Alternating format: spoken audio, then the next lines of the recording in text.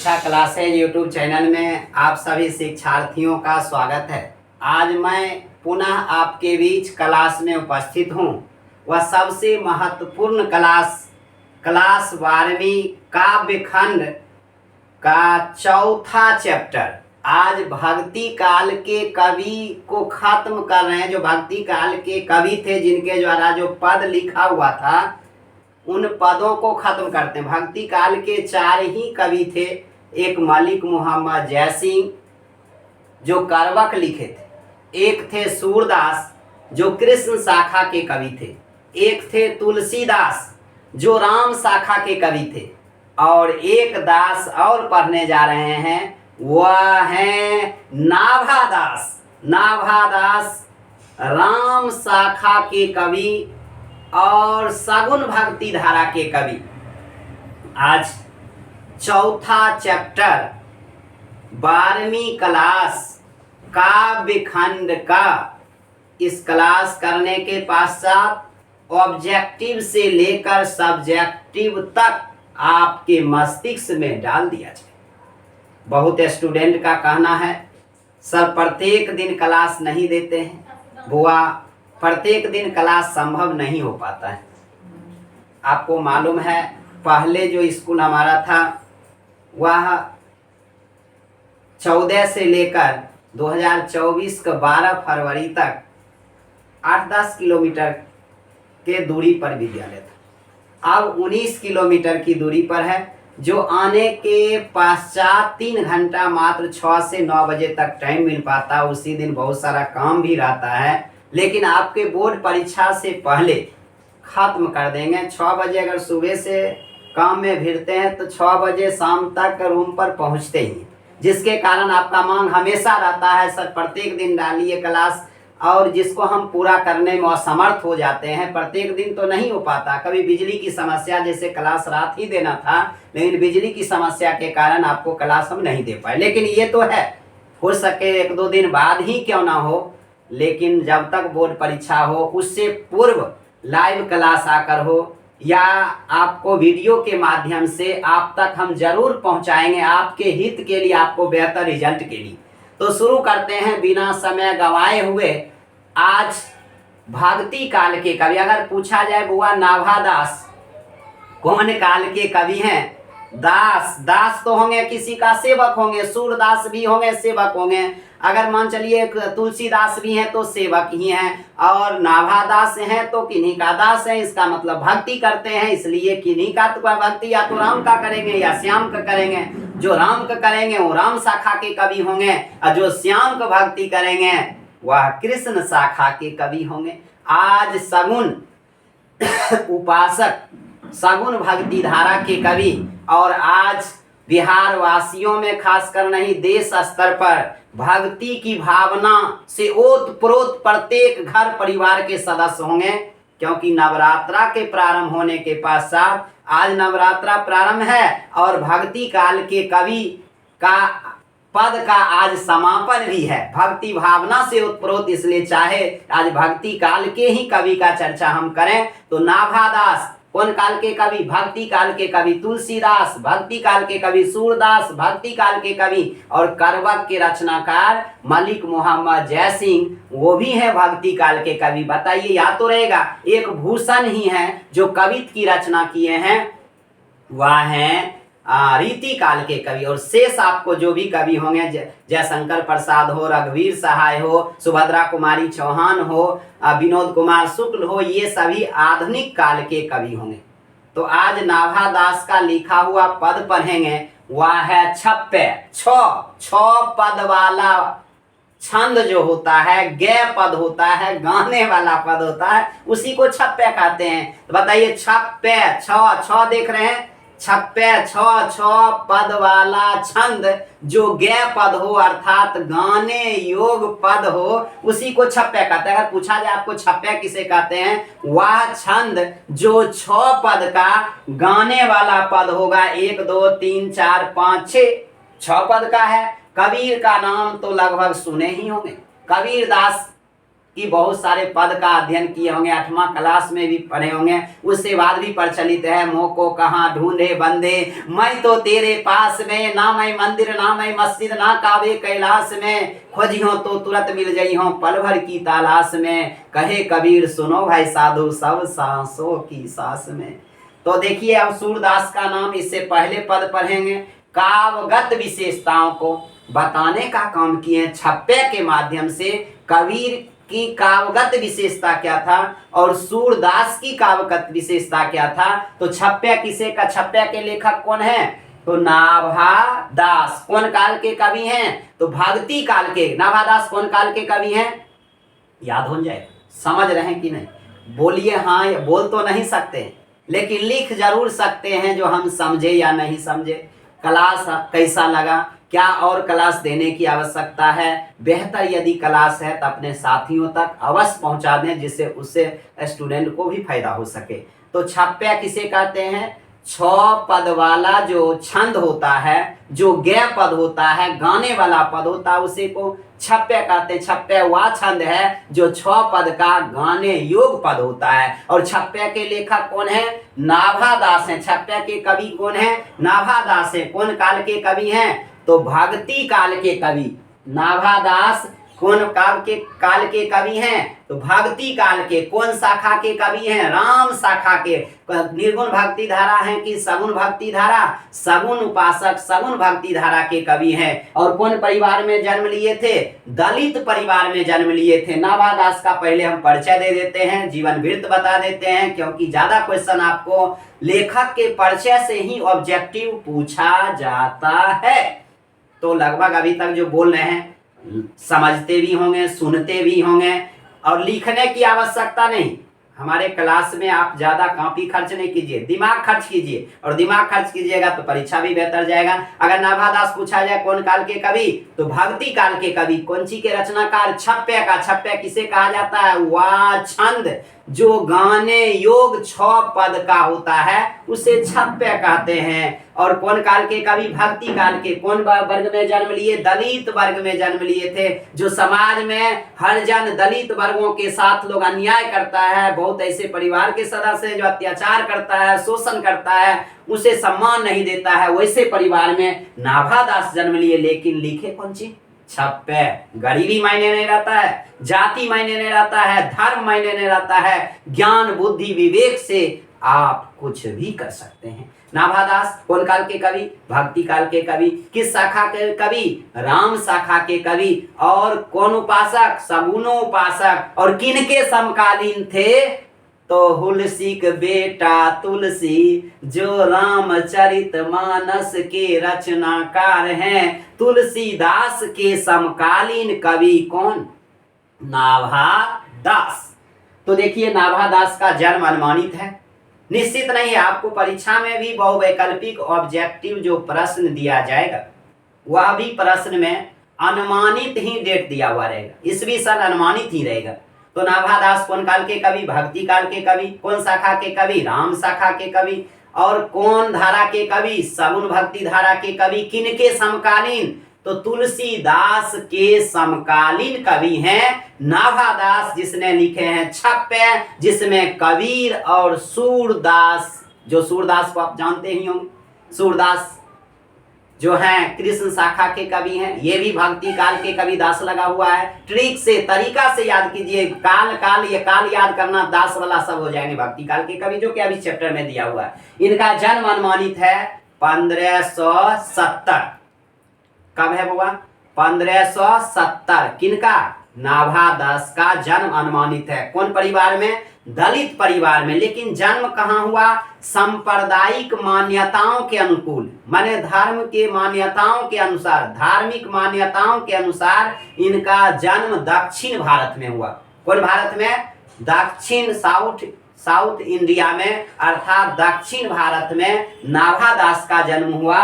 और सांप्रदायिक मान्यता के अनुसार शैशव काल में जब थे, शैशव तो समझते होंगे, शिशु तो समझते होंगे, छोटा बच्चा जो है 0 से 6 वर्ष की अवस्था को शैशव अवस्था कहते हैं। देखिए जितना भी कवि हैं सब मातृ प्रेम या पितृ प्रेम से अछूता ही रहते हैं। अधिकतर लेखक आप जाने होंगे, रामधारी सिंह दिनकर का वही हाल हुआ, तुलसीदास का वही, माता पिता भी मर गए, उसके बाद चुनिया दासी थी वो भी मर गई। तो और अधिकतर कवि के बारे में जानते होंगे जिनकी माता की मृत्यु या तो पिता की मृत्यु, मातृ प्रेम नहीं मिलता है तब पर भी इतना बड़ा रचना कर देते हैं। तो दक्षिण भारत सांप्रदायिक मान्यताओं के अनुसार नाभादास का जन्म दक्षिण भारत में हुआ। कब? 1570। निश्चित नहीं, कौन चीज? अनुमानित। कौन काल के कवि? भक्ति काल के कवि। किनके समकालीन? तुलसीदास के समकालीन। और कौन शाखा के? राम शाखा के कवि। और कौन धारा के कवि? तो सगुन भक्ति धारा के कवि। और सांप्रदायिक मान्यताओं के अनुसार दक्षिण भारत में जन्म हुआ। पिता की मृत्यु जब ये शैशव काल में थे तभी पिताजी की मृत्यु हो जाती है, लेकिन माता प्रतिपालन करती रही। माता ने इनको लेकर चले जाते हैं। माता मैंने थोड़ा घर में आर्थिक समस्या हुई, पिताजी ना रहेगा तो अर्थ का साधन नहीं होगा, कमाने वाला चला जाएगा, अकाल पड़ गए। अकाल जैसे अभी बाढ़ की समस्या बिहार में है, बिहार में बाढ़ की समस्या से अब कुछ दिन के बाद देखिएगा सब्जी का कान, कभी जो है पानी का कान, बहुत प्रकार की समस्याएं उत्पन्न होती है। पिताजी मर गए तो घर में अकाल आ गया, माने पूरा सामग्री इनके घर में, पूरा खाना पीना लेकर कपड़ा लत्ता पूरा नहीं हो पाता था। इसलिए माता इनको लेकर राजस्थान, जयपुर का नाम सुने होंगे, जयपुर का नाम लगभग सब सुने होंगे, राजस्थान के जयपुर चले गए। लेकिन जयपुर में भी माता से विक्षोभ हो गया, नहीं रह पाए, साथ अलग हो गए। मैंने एक जगह प्रवास किए थे जयपुर राजस्थान। अब देखिए शिक्षा की जब बात करते हैं तो 7 जनों के संगति में जाकर इन्होंने शिक्षा ग्रहण किए। जो इनका प्रतिपालक रहा, पिता तो मर गए, माता के साथ भी विक्षोभ हो गया, नहीं साथ में रह पाए। और तब क्या होता है, जो इनका देख रेख किया, जो प्रतिपालक था, उनके देख रेख में इन्होंने शिक्षा ग्रहण की। और स्वाध्याय, सेल्फ स्टडी से बढ़कर कोई शिक्षा होता ही नहीं। आपको कितनों पढ़ा देंगे, जब तक आप नहीं पढ़िएगा तब तक आपको समझ में नहीं आएगा। तो नाभादास का जन्म अनुमानित है 1570। मृत्यु की बात करते, निधन की बात करते, अज्ञात है, निश्चित नहीं है, लेकिन ऐसा माना जाता है 1600 ईस्वी तक में ही, वर्तमान में 1600 ईस्वी में इनका निधन हो गया, मृत्यु हो गई। तो शिक्षा 7 जनों की संगति में स्वाध्याय के बल पर इन्होंने ग्रहण करने का काम किया। कौन? नाभादास। किसके समकालीन? तुलसीदास के। कौन काल के कवि? भक्ति काल के कवि। कौन शाखा के कवि? राम शाखा के कवि। और कौन धारा के कवि? निर्गुण भक्ति। ये सीधे दिमाग में बैठा लीजिए, बोर्ड परीक्षा में आना तय है। तो देखिए 7 संगतों के द्वारा, 7 जनों के संगति के साथ स्वाध्याय के बल पर इन्होंने ज्ञान प्राप्त करने का काम किया। क्या स्पीड ज्यादा है? नहीं है, इतना लगभग सुन सकते, एक चीज को 2-3 बार दोहराते भी हैं, समझ में भी आ जाएगा। अस्थिर अस्थिर कितना बोल लेंगे, टाइम भी लगेगा, आपका डाटा भी खत्म होगा, घर में डाटा रहे या ना रहे, मोबाइल में डाटा रहने की जरूरत है, तब तो आप देख पाइएगा और लगभग समझते होंगे। अभिरुचि इनको क्या था, इच्छा क्या था, क्या क्या करने, लोक भ्रमण करने में। जैसे हमें भी घूमने की ज्यादा इच्छा रहता है, 10 बजे रात में कभी मोटरसाइकिल लेकर घूमने चले जाते हैं, इनको भी लोक भ्रमण था। भागवत जो है भक्ति था, भगवान के प्रति भक्ति की भावना और काव्य की रचना में अभिरुचि रखते थे। अब सबसे महत्वपूर्ण आपके सामने आ रहा है दीक्षा गुरु। एक होते हैं शिक्षा देने वाला गुरु और एक होता है दीक्षा गुरु। स्वामी अग्रदास इनके दीक्षा गुरु रहे हुए हैं। कौन? स्वामी अग्रदास, जिन्हें अग्र अली भी कहते हैं। याद रखिएगा, इनके दीक्षा गुरु कौन है? अग्रदास, या परीक्षा में आएगा अग्र अली। माने स्वामी अग्रदास या अग्र अली किनके दीक्षा गुरु हैं? नाभादास के दीक्षा गुरु हैं। अस्थाई रूप से ये रामानंद के शिष्य हैं स्वामी अग्रदास, और स्वामी अग्रदास या अग्र अली के शिष्य हैं नाभादास, भक्ति काल के कवि। दीक्षा गुरु कौन? स्वामी अग्रदास या अग्र अली। अस्थाई रूप से बुआ ये निवास किए थे वृंदावन में जाकर, और इनकी रचनाएं जो सबसे महत्वपूर्ण रचना है भक्तमाल, और भक्तमाल से ही लिया गया है छप्पे। सबसे महत्वपूर्ण चीज दिमाग में बैठा लीजिए, ये भक्तमाल इनकी प्रमुख रचना है। भक्तमाल का अर्थ अगर पूछा जाए तो भक्त चरित्रों की माला। याद रखिएगा, भक्त माल का शाब्दिक अर्थ पूछा जाए तो भक्त चरित्रों की माला। तो भक्त माल के रचनाकार 1585 से लेकर 1596 ईस्वी तक में इन्होंने भक्त माल की रचना की, जो सबसे महत्वपूर्ण है। भक्त माल का अगर अर्थ पूछा जाए तो भक्त चरित्रों की माला, भक्त चरित्रों की माला, किसका अर्थ? भक्त माल। और अष्टयाम लिखे जो ब्रज भाषा में लिखा हुआ था, एक अष्टयाम लिखे जो रामचरितमानस पर आधारित, दोहा और चौपाई पर आधारित, दो प्रमुख रचना, एक भक्तमाल एक अष्टयाम। एक अष्टयाम था लिखा हुआ ब्रज भाषा गद्य में, और एक भक्तमाल था जिसे भक्त चरित्रों की माला कहते हैं। और पूछा जाएगा छप्पे कहाँ से संकलित है, तो भक्तमाल से संकलित है। और भक्तमाल के रचनाकार कौन? भक्ति काल के कवि, राम शाखा के कवि, सगुन भक्ति धारा के कवि, तुलसीदास के समकालीन कवि नाभादास के द्वारा लिखा हुआ भक्त चरित्रों की माला। एक है अष्टयाम, ब्रज भाषा में लिखा हुआ गद्य है। एक अष्टयाम है जो रामचरितमानस, जिसके लेखक हैं तुलसीदास, रामचरितमानस के दोहा एवं चौपाई पर आधारित लिखा हुआ है।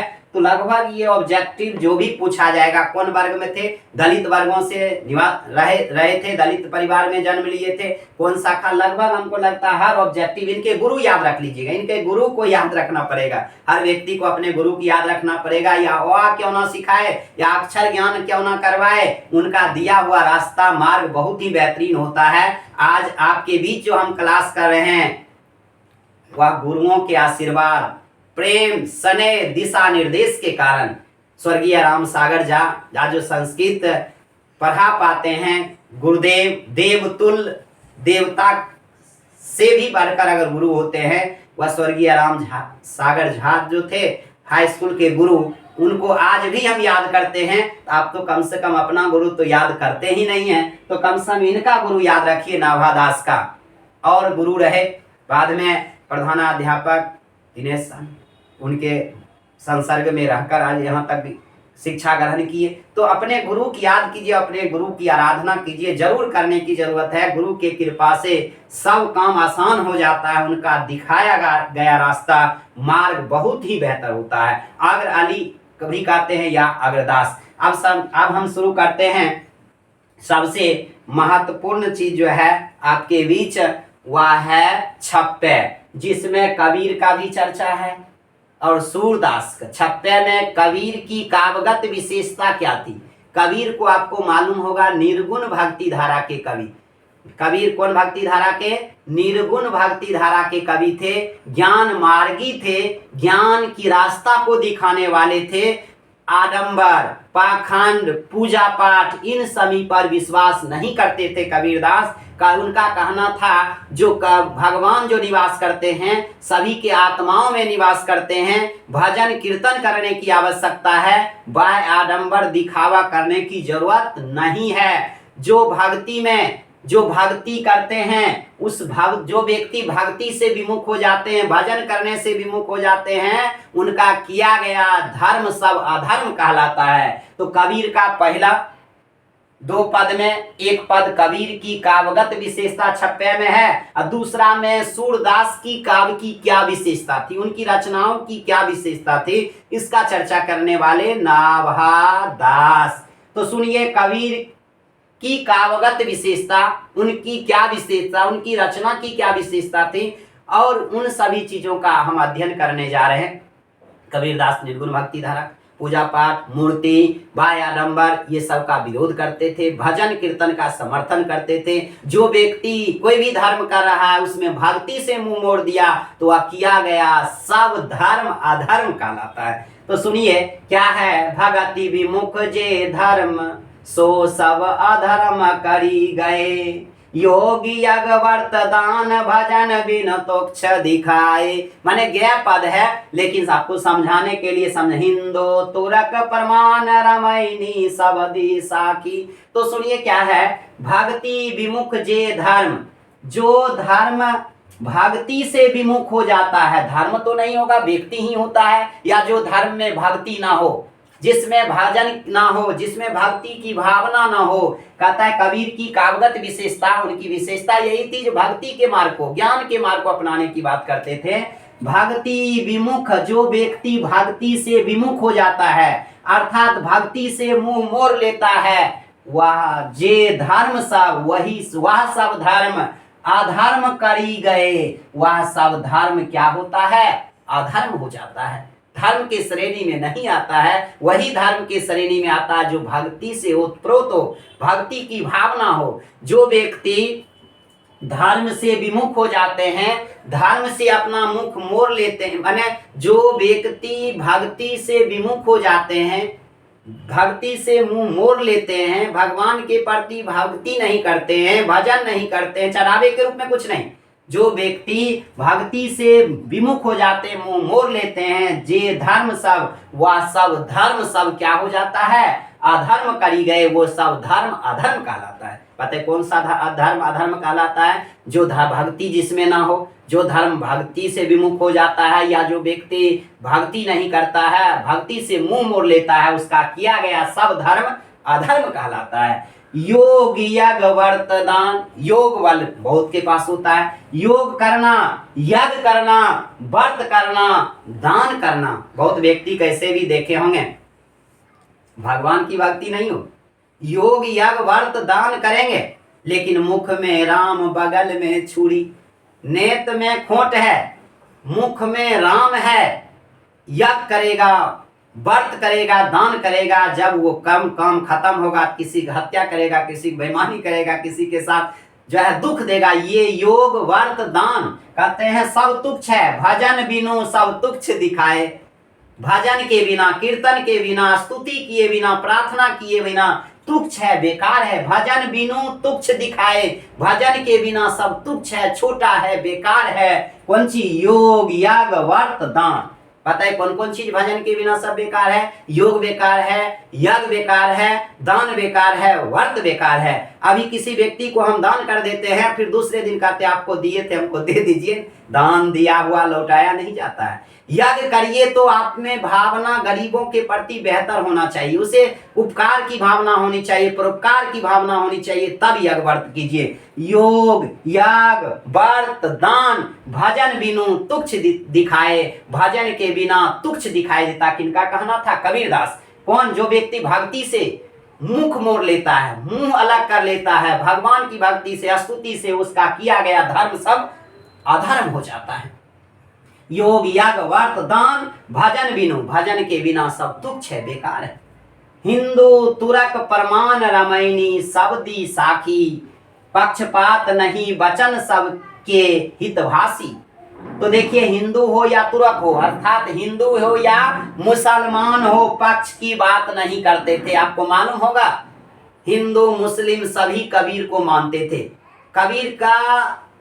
कबीर के प्रति अच्छा भावना था। जब इनकी मृत्यु होती है कबीरदास का, तो हिंदू मुस्लिम में झगड़ा हो गया था। हम सबको दफनाएंगे, मुस्लिम का कहना था, हिंदू कहा था जलाएंगे। लेकिन देखिए, इनके पास दिव्य ज्ञान था, मरने के बाद भी झगड़ा होने नहीं दिया इनका। सब लहास हट गया, वहां पर फूल हुआ, चादर हटाकर देखा तो हिंदू आधा फूल ले लिया, मुस्लिम जो है आधा फूल ले लिया। किसी ने दफना दिया, किसी ने जला दिया। बताइए, ऐसे व्यक्ति थे कबीरदास। हिंदू तुरक, हिंदू हो या मुसलमान, पक्षपात की बात नहीं करते थे। वचन सबके हितवासी, अच्छा वचन बोलते थे और सबके साथ हित की भावना, परोपकार की भावना की बात करते थे। और जो कि प्रमाण है, साक्ष्य है, सबूत है इनकी रचना रामायणी में, शब्दी में और साखी में।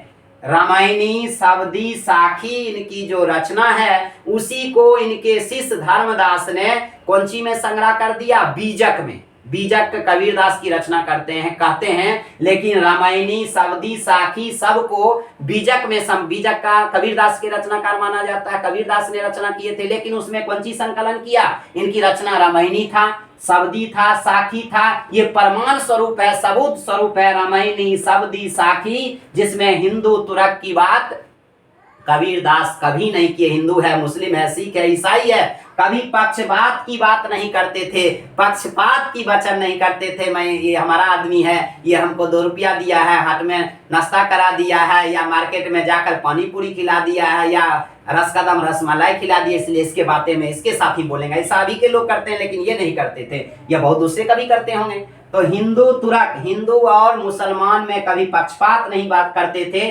वचन सबके साथ अच्छा वचन बोलते थे, बढ़िया बोली बोलते थे। अभी तो है ऐसी वाणी बोलिए जिससे सबसे झगड़ा हो, उससे झगड़ा कौन करे जो हमसे तगड़ा हो। न सबके हित की बात करते थे, जो कि प्रमाण स्वरूप है रामायणी में, शबदी में, साखी में। आरूढ़ दशा जगत पर, जगत माने संसार, आज पूरे संसार की दशा खराब है, स्थिति खराब है। मुख देखी नहीं भानी, मुख देख का वर्णन नहीं करते थे, मुख देख कर हित नहीं करते थे। इन्हें कि मुख देख लिए फलना बाबू छतनी अपन कविते बदल देवे, नहीं कोई कविता कवि पढ़ रहे हैं, अगर कोई जो है उनके विरोधी नजर आ रहे हैं तो यह लगता है हमारे साथ अन्याय करेगा, पढ़ते पढ़ते कविता का मुंह मोड़ देते। लेकिन कवि स्वतंत्र होते हैं, किन्हीं की रचना कर सकते हैं, किन्हीं बारे में लिख सकते हैं। तो आरूढ़ दशा जगत पर, आज पूरे संसार की स्थिति खराब है। लोग मुख देख की बात करते हैं। पंचायत में, ग्राम कचहरी में मुखिया देखिएगा, सरपंच साहब को देखिएगा, पक्षपात की बात करेंगे, मुख देख की बात करेंगे। जो वोटर होगा उसके पक्ष की बात होगा, फैसला उसके विपक्ष में होगा। आरूढ़ दशा है, पूरे संसार की स्थिति खराब है। जो मुंह देखकर लोग फैसला लेते हैं, मुंह देखकर लोग मान सम्मान देते हैं। लेकिन कबीर दास ऐसा नहीं करते थे। कबीर कानी राखी नहीं, कबीर दास ने कभी श्रवण किया सभी चीजों को, गलत चीजों को कान में रखा नहीं। उन्होंने वर्ण, आश्रम और षड दर्शनी, माने वर्ण 4 है, ब्राह्मण है, क्षत्रिय है, वैश्य है, शूद्र है। और अब आश्रम में आप देखिएगा जो सत्संग मार्ग करता है या जो है घर त्याग देता है, सन्यासी आश्रम को भी अपनाता है, गृहस्थ आश्रम में भी प्रवेश लोग करता है। इसको कभी 4 वो वर्ण है, 4 वो आश्रम भी है और 6 दर्शन है। ये सब का स्थान इन्होंने नहीं दिया। जो आप घर त्याग दीजिए, ब्राह्मण है, क्षत्रिय है, वैश्य है, गृहस्थ जीवन में ही रहते हुए भक्ति भावना कीजिए, सन्यासी बनने की जरूरत नहीं है। और 6 दर्शन, ये सब पर विश्वास नहीं करते थे, ये सब करने के लिए नहीं कहते थे। और कभी गलत चीजों को कान में श्रवण किए, लेकिन रखे नहीं। कौन? कबीर दास। और ये कबीर दास की काव्यगत विशेषताएं थी। लगभग आप लोग समझ गए होंगे। आरूढ़, पूरे संसार की स्थिति जगत की खराब है और मुख देखी नहीं, तब पर भी मुख देखकर बात नहीं करते थे। अभी तो लोग मुख देख की बात करते हैं। कबीर कानी राखी नहीं, जो गलत चीजों को सुना और उधर ही त्याग देते थे, कान में रखते नहीं थे और उस चीज को बोलते नहीं थे। वर्ण आश्रम हो, षड दर्शन हो, ये सब का कभी स्थान दिए ही नहीं।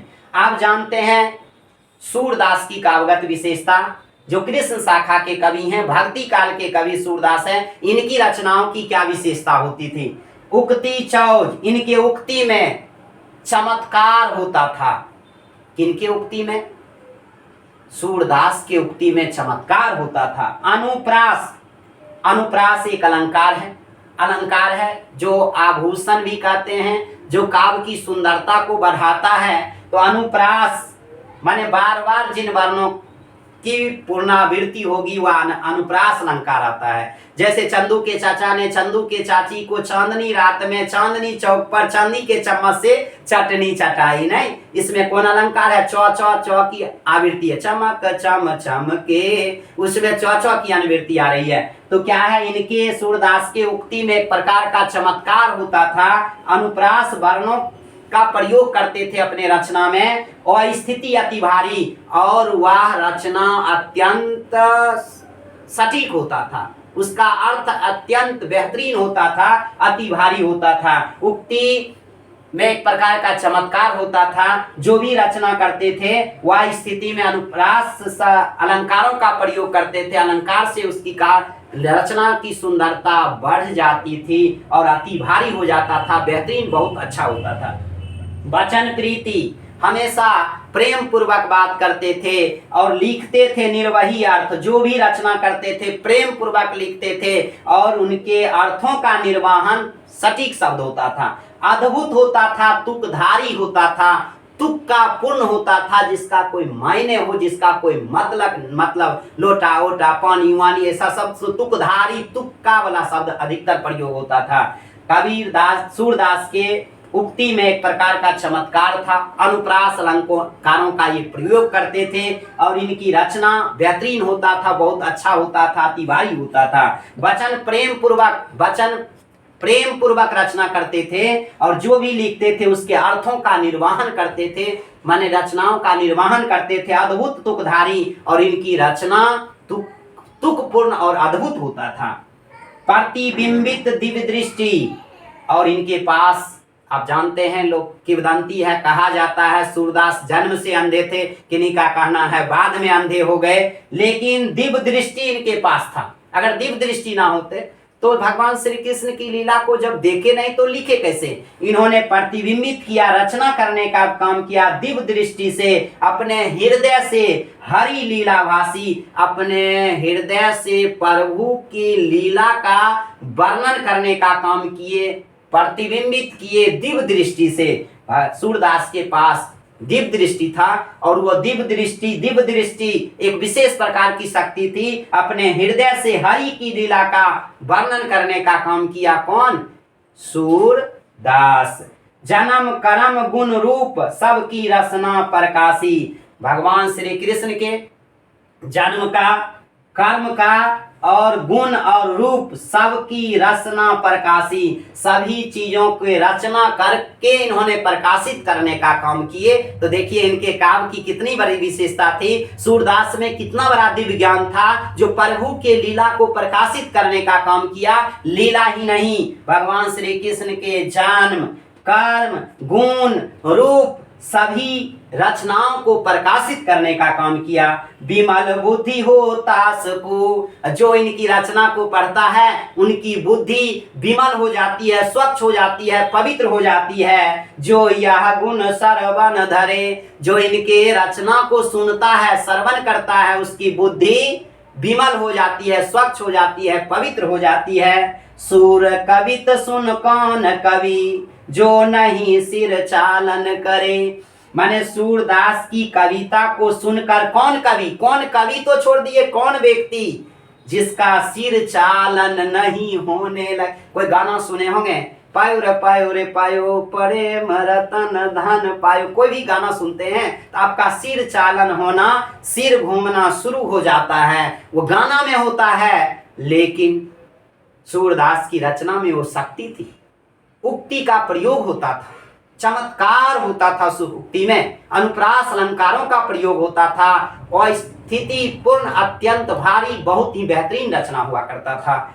और जो भी लिखते थे प्रेम पूर्वक लिखते थे, अर्थों का निर्वहन करते थे, अद्भुत हुआ करता था इनके रचना, तुकधारी होता था, तुक्का पूर्ण होता था, प्रतिबिंबित। और इन्होंने अपने दिव्य दृष्टि से, दिव्य शक्ति से हृदय की लीलाओं का प्रतिबिंबित करने का काम, रचना करने का, इन भगवान श्री कृष्ण के अपने आराध का जन्म कर्म गुण रूप का जो है हृदय से रचना करके प्रकाशित करने का काम किया। विमल बुद्धि होता सुकु, जो यह गुण श्रवण धरे, माने उनकी बुद्धि विमल हो जाती है, स्वच्छ हो जाती है, पवित्र हो जाती है, जो सूरदास की रचना का श्रवण करता है, सुनता है। सूर कवित सुन कौन कवि, सूरदास के कविता को सुनकर कौन कवि ऐसे हैं जिनका सिर चालन ना हो, जिनका सिर नहीं घूम सकता है, जिनमें भक्ति की भावना नहीं जग सकती है, सभी का जग सकता है। छप्पे में दो कवि का चर्चा हमने जाने, कबीरदास और सूरदास। कबीरदास का अलग था, जो ये निर्गुण भक्ति धारा के कवि, सूरदास सगुण भक्ति धारा के कवि, कृष्ण शाखा के कवि, भक्ति काल के कवि। कबीरदास भी भक्ति काल के कवि, लेकिन निर्गुण था, ज्ञान मार्गी थे, ज्ञान की बात करते थे, भक्ति भजन कीर्तन में दिखावा आडंबर की बात नहीं किए थे। इस प्रकार आज का क्लास यहीं पर खत्म होता है। आज लेखक का परिचय भी दिए, दोनों काव्यगत विशेषताओं का भी वर्णन किए। हमको लगता है एक भी प्रश्नोत्तर ऐसा नहीं होगा, ऑब्जेक्टिव हो सब्जेक्टिव हो, जो आपसे नहीं बन सकता है। आप एक बार किताब उल्टाइएगा, और लगभग सब प्रश्नोत्तर किस लिए कराया जाता है, जब हम बेहतर ढंग से नहीं पढ़ा पाएंगे। तब आपसे नहीं बन सकता है। जब आपका सारांश, लेखक का परिचय खत्म हो गया तो ऑब्जेक्टिव के लिए पढ़ाने की आवश्यकता नहीं। आज का क्लास यहीं पर खत्म करते हैं, फिर मिलते हैं दूसरे क्लास में। तब तक इसको आप बचा कर रखिएगा। फिर भक्ति काल के बाद हम चलेंगे रीति काल के कवि या गद्य के भागों में।